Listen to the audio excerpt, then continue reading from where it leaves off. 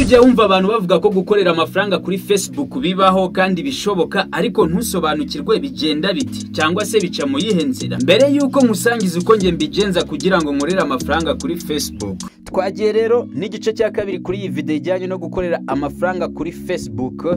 Turakomereza aho twagarukiye mu gice cya mbere cy'iyi video. Tudatinze rero reka dukomereze aho nagarukiye. Muri iyo post yanjye rero ijyanye n'uburyo umuntu yagira uruhu rwiza rwo mu maso yifashishije ibintu byo mu rugo, nshobora kongeramo akantu kameze utya. Avuga ati uramutse urwaye ibiheri ushaka kubikira vuba, cyangwa se wenda uramutse ukoresheje ibyo bintu byo mu rugo ntibite biguha umusaruro, hari product tugufitiye ishobora kubigufasha mu vuba ukagira uruhu rwiza rwo mu maso. Cyangwa se wenda hari product mfite ishobora guhita igukiza ibyo biheri. Najyaho nkavuga ati iyi product ikora utya, tuyikoresha mu gihe iki n'iki, uyikoresha gutya, kagufasha gutya na gutya. Hepfo nkongeraho nimero nkavuga ati uramutse uyikeneye waduhamagara kuri iyi nimero tukakugezaho iyi product cyangwa se ukaza ukayishyikira. Gusa nka making sure ko muri ya post yanjye ndi kuvugamo ibintu by'ukuri kandi bisanzwe bikora, ukavugamo ibintu by'ingirakamaro atari kubeshya abantu nyine kubascaminga ngo ugerageze kubagurisha kandi uri kubagurisha uri kubapfunyikira amazi. Kirinda kubeshya, ibyo biri mu bintu bimfasha gukorera amafaranga, kuko iyo ubeshya abantu barabwira navuga ati uriya muntu ibicuruzwa bye ntabwo bikora, uriya arabeshya. So rero making sure ko ndi kuvuga wenda n'urugero niba ari ibintu biboneka mu rugo wakwifashisha ukora uruhu rwawe neza, nkamenya ati ni ibintu nakoze ubushakashatsi, ni ibintu nsanzwe nzi bikora. Avuga na ya product nka making sure ko ari product nyine ishobora gukiza umuntu. Nukuvuga ibyo ni ingenzi cyane kuko bigufasha mu kugumana abakiriya, bakabona nyine ko nawe uri umuntu uririyo, utari umuntu wo kubeshya w'umusikamu w'umuteka mutwe. Akabanga nkwibiye niba ushaka kugikorera amafaranga kuri Facebook no kuri social media muri rusange, kubinyanga mugayo birakonta kubwira abantu ibintu byanyabyo nyine ukabahereza valeur. Kugira ngo rero post yawe igere ku bantu benshi kuri Facebook bisaba ngo ube ufite aba followers, kandi wibuke navuze ko nge ntaba followers mfite kandi nawe ntaba followers ukeneye. Nukuvuga rero kugira ngo ya post yacu igere ku bantu benshi haze no kubonekamo abakiriya, fata ya post nkayisharinga mu magroupe agiye atandukanye, nkayisharinga mu magroupe menshi kugira ngo ya post igere ku bantu benshi. Muri ba bantu benshi n'ubundi niho haraza kubonekamo n'abakiriya bakeneye ya product, mu bantu benshi niho haraza kubonekamo abakeneye kugira uruhu rwabo neza mu maso.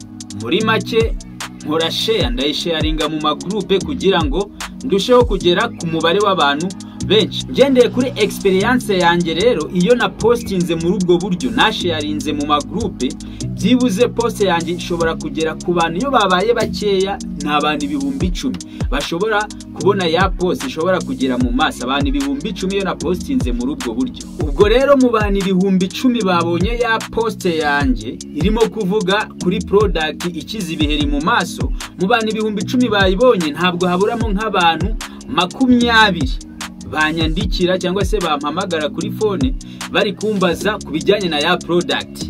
Muri abo bantu rero 20 haba harimo 10 bari kuderanje, haba harimo abantu 10 batari seriye bashaka kugutakariza umwanya. Ubwo rya 10 rivuyemo hasigaye abantu byibuze 10. Mu bantu 10 rero haba harimo nka 5 wenda batarahita babona amafaranga ngo bagure product. Muri make ushobora gusanga haguze nk'abantu nka 2, nakoze post hakagura nk'abantu 2 3 se, cyangwa rimwe na rimwe bararenga, biterwa iminsi ntabwise. Hari igihe bagura benshi cyangwa se hakagura bakeya. Mu magambo make nshobora gupostinga hakaboneka abantu bo kugura benshi, cyangwa se hakaboneka abakiriya bakeya bo kugura, cyangwa ntihagire n'umwe uboneka ngo agure. Rero umuntu duhamagaye ari seriye katubaza uburyo ya product imeze, uburyo ikora, turamusobanurira. Yabakeneye ko product tuyimwoherereza ahantu ho yaba ari hose mu gihugu tukayimwoherereza. Yabakeneye kuza aho dukorera ngo azafate product, nabyo tugendera ku byo yifuza. Ubwo rero wa mukiriya wanjye wonzanye waje kubera ko na postinze kuri Facebook yaguze, no kumubwira ati rero boss urabona aguze, nereza komisiyo yanjye nkeneye uduceri twanjye, I'm here. Kuko nacuruje nazanye umukiriya, ko nyine nawe akampereza yanjye ku mahoro.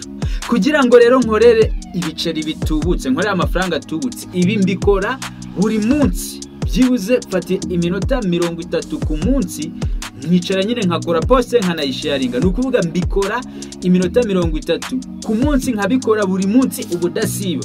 Nukuvuga ngo kubikora buri munsi ubudasiba nibyo bimfasha kugera ku bakiriya benshi, cyangwa se umunsi ntabonye abakiriya ejo nkaba nababona. Nukuvuga mbikora buri munsi kugira ngo nkorere amafaranga atubutse. Ikindi rero, nkora poste kuri product zitandukanye.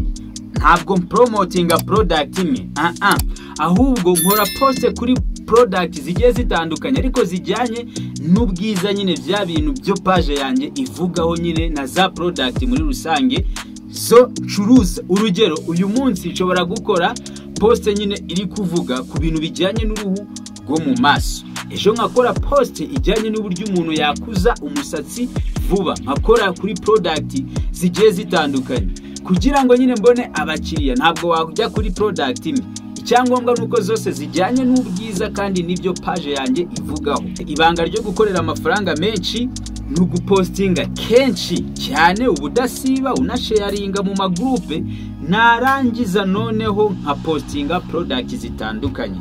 Ntabwo promotingaga product kamwe, zamoko yose, ariko zijyanye n'ubwiza cyane, ko ubwiza ariyo topic page yanjye yagenewe. Hari icyo ntavuze we, kugira ngo rero nawe utangire ukorere amafaranga kuri Facebook muri ubu buryo bwanjye bwa affiliate marketing mu gihe kitarenze amezi 2, ubikora iminota 30 ku munsi, uterekanye isura yawe, nta video ufashe, ubikora munsi y'iminota 30 ku munsi. Hari intambwe 5 usabwa gukurikiza kugira ngo ubigereho. Intambwe ya mbere, hitamo igicuruzwa. Nkuko nabivuze rero, kuba ngewe promotinga product zijyanye n'ubwiza ntibisobanura ko umuntu wese wakora affiliate marketing kuri Facebook aba agomba gupromotinga product z'ubwiza. Arizo wiyumvamo kandi ubishoboye, that is cool, ni byiza cyane, nawe wazipromotinga. Ariko utabishoboye ushobora no gupromotinga ibindi bicuruzwa bitewe n'ibyo wiyumvamo, cyane ko hari n'abantu bakorera amafaranga menshi aruta yanjye bapromotinze ibindi bicuruzwa. Urugero, nk'abantu bapromotinga nk'amamodoka, ni abantu bafata amakomisiyo manini cyane iyo za modoka bazicuruje. Mu magambo make, icyo usabwa muri iyi ntambwe ya mbere, shaka igicuruzwa. Hitamo igicuruzwa wiyumvamo, igicuruzwa nyine ubona uzashobora gupromotinga, hanyuma aba ari cyo nyine uzakora affiliate marketing, ujye ugipromotinga. Buriya byaba byiza uhisemo igicuruzwa bizakorohera no kubona umucuruzi mwakorana. Ushaka igicuruzwa kibona uzagiramo amahirwe menshi yo gukora ibintu bikagenda neza. Intambwe ya kabiri, iga bihagije. Ahangaha urasabwa kwiga iki? Nukuvuga ngo iga cya gicuruzwa cyawe, umenye iki gicuruzwa giteye gute muri detail, kimenye giteye imiterere yacyo ni ikihe, akamaro kacyo. Iga cya gicuruzwa ukimenye. Nurangiza kwiga cya gicuruzwa wakimetirije wakimenye, hanyuma wige iki gicuruzwa bagicuruza bati, iki gicuruzwa nagipromotinga ute kuri Facebook, ese ni gute bavugisha umukiriya, ese ni gute nahamagara umukiriya kuri telefone, ni gute navugana n'umukiriya. So urasabwa kwiga ukamenya igicuruzwa cyawe, ukamenya n'uburyo cya gicuruzwa bagicuruza. Kuko iyo utize bihagije ngo umenye igicuruzwa cyawe, iyo ugeze imbere y'umukiriya uraseba, ntabwo ari ugupfa kugurisha mwabantu. Urugero, nk'ubu wajya kugurisha nk'iyi laptop, utazi wenda ngo RAM ni iki, utazi operating system ni iki, ukavuga ngo ugiye kugurisha laptop. So nukuvuga ngo iga igicuruzwa ukimenye, umenye ibyo uri gucuruza ibyari byo, umenye n'uburyo interactinga n'abakiriya, uburyo bavugisha abakiriya, uburyo bavugana n'abakiriya. Iki gicuruzwa wige no kugicuruza. So niba ugize imbogamizi rero wibaza ngo nihe uziga ibijyanye no gucuruza, nta handi ni kuri iyi YouTube channel. So ibuka gukora subscribe, kuko nzajya nkugezaho amabanga cyangwa se ubumenyi buzajya bugufasha gucuruza. Ikindi, uramutse uzi Icyongereza wakwandika muri comment, nkazaguhereza igitabo cyo gucuruza cyo mu Cyongereza, ukiga ukiyigisha gucuruza. Intambwe ya gatatu rero usabwa gukurikiza kugira ngo utangire ukorera amafaranga kuri Facebook mu buryo bwa affiliate marketing. Iyo ntambwe nta yindi, ni ukwegera umucuruzi. twamaze kubona ko wahisemo igicuruzwa, maze guhitamo igicuruzwa wiga uko giteye n'uburyo bagicuruza. Rero ubu ugiye gushaka umucuruzi ufite cya gicuruzwa wo mugiye kujya murakorana, ugiye kugira promotingira bya bicuruzwa hanyuma guhe komisiyo. Aha mu magambo make ya rero, shaka umucuruzi w'inyangamugayo wizere, umuntu wizeye ufite cya gicuruzwa wahisemo cyawe, hanyuma mwumvikane umusabe ko wajya umupromotingira product kuri Facebook, hanyuma akaguhereza komisiyo. Ndabizi neza nta mucuruzi wabyanga, bipfa kuba bitazamuhombya bizamuha inyungu. Ibintu bibyara inyungu ntabwo umucuruzi abyanga. So rero shaka umucuruzi, kandi ushaka umucuruzi muzima w'inyangamugayo. Intambwe ya kane rero, rema page ya Facebook yawe. Kora page ya Facebook, ya page ibivuga kuri bya bintu bitewe n'ibicuruzwa byawe. Urugero niba ari ibikoresho byo mu rugo, nyine page yawe igomba kubijyanye nyine n'ibikoresho byo mu rugo. Niba ari ibijyanye na real estate, kugurisha amazu, kugurisha ibibanza, bijyane n'ibyo. Niba ari ibikoresho bya electronique, nyine bijyane. Kora page ya Facebook ivuga kuri ibyo bintu, hanyuma utangire upostinge, ukore ama content avuga nyine kuri ya product wahisemo, kuri bya bicuruzwa byawe. Uje ukora post buri munsi, kandi wibuke gusharinga mu magroupe. Step ya kane, kora page ivuga kuri bya bintu byawe, hanyuma utangire ugira utenyine upromotinge bya bicuruzwa bya wa mucuruzi. Intambwe ya gatanu ari nayo ikomeye cyane, kora ntucike intege, hozaho ntusubire inyuma. Nukuvuga ngo ibintu bijemo gucika intege, my friend, biba byapfuye, biba byarangiye. So rero ntuzabone ubikoze icyumweru kimwe, ibyumweru bibiri, ibyumweru bitatu utarabona resulta ngo wumve ko byacitse. Nje nakurikomanze amezi abiri, byibuze amezi abiri, nubona nta kintu kiri guhinduka mu mikorere yawe, uzahite ubireka, kuko nanone ntabwo uzabikora ngo uhite uba umupro ugitangira. Rero urasabwa gukora cyane, ugapostinga buri munsi, ugasharinga, nyine ugahozaho, ntucike intege. Ntubone resulta zitari kuza ngo uhite ucike intege. Gucika intege ni kirazira, icyo gihe business yawe izaba yapfuye. So rero making sure kutazacika intege, ujye urakora cyane, uhozeho ubudahagarara.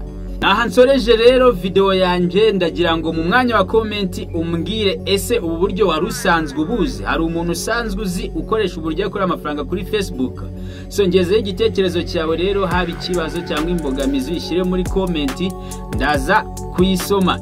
Ikindi rero, kora like, kore share iyi video, isangiza undi muntu ukeneye gukorera amafaranga kuri Facebook, umuntu ukeneye ino video. So niba uri mushya rero kuri YouTube channel yanjye The Success House, ukaba utarakora subscribe, nyaboneka uri gukererwa, nubwo ari uburenganzira bwawe, gusa kora subscribe, kuko kuri YouTube channel niho honyine uzajya wiga ingamba zitandukanye zizagufasha gukorera amafaranga ku mbuga nkoranyambaga, kubaka business ku mbuga nkoranyambaga, ndetse n'izindi ngamba zitandukanye zagufasha kwiteza imbere muri ubu buzima bwacu.